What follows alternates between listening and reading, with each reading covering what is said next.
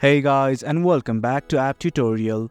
In this video, we're gonna look at how to Superlike on Tinder. Now let's begin. Do note that I have already logged into my account. In case you have not, do log in right now. This right here is the interface of Tinder once you have logged in, and in this video, we're gonna focus on how to Superlike. Well, Superliking someone is quite easy. What you have to do is simply scroll up to the person that you want to Superlike. I'm gonna show you guys right now.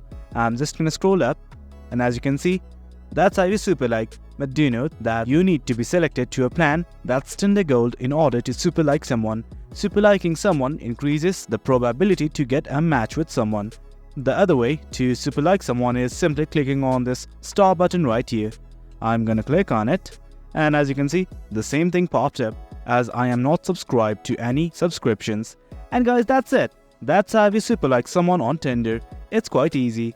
Hope you guys found this video informative, and for more content like this, do remember to hit like, share and subscribe. Your support fuels us.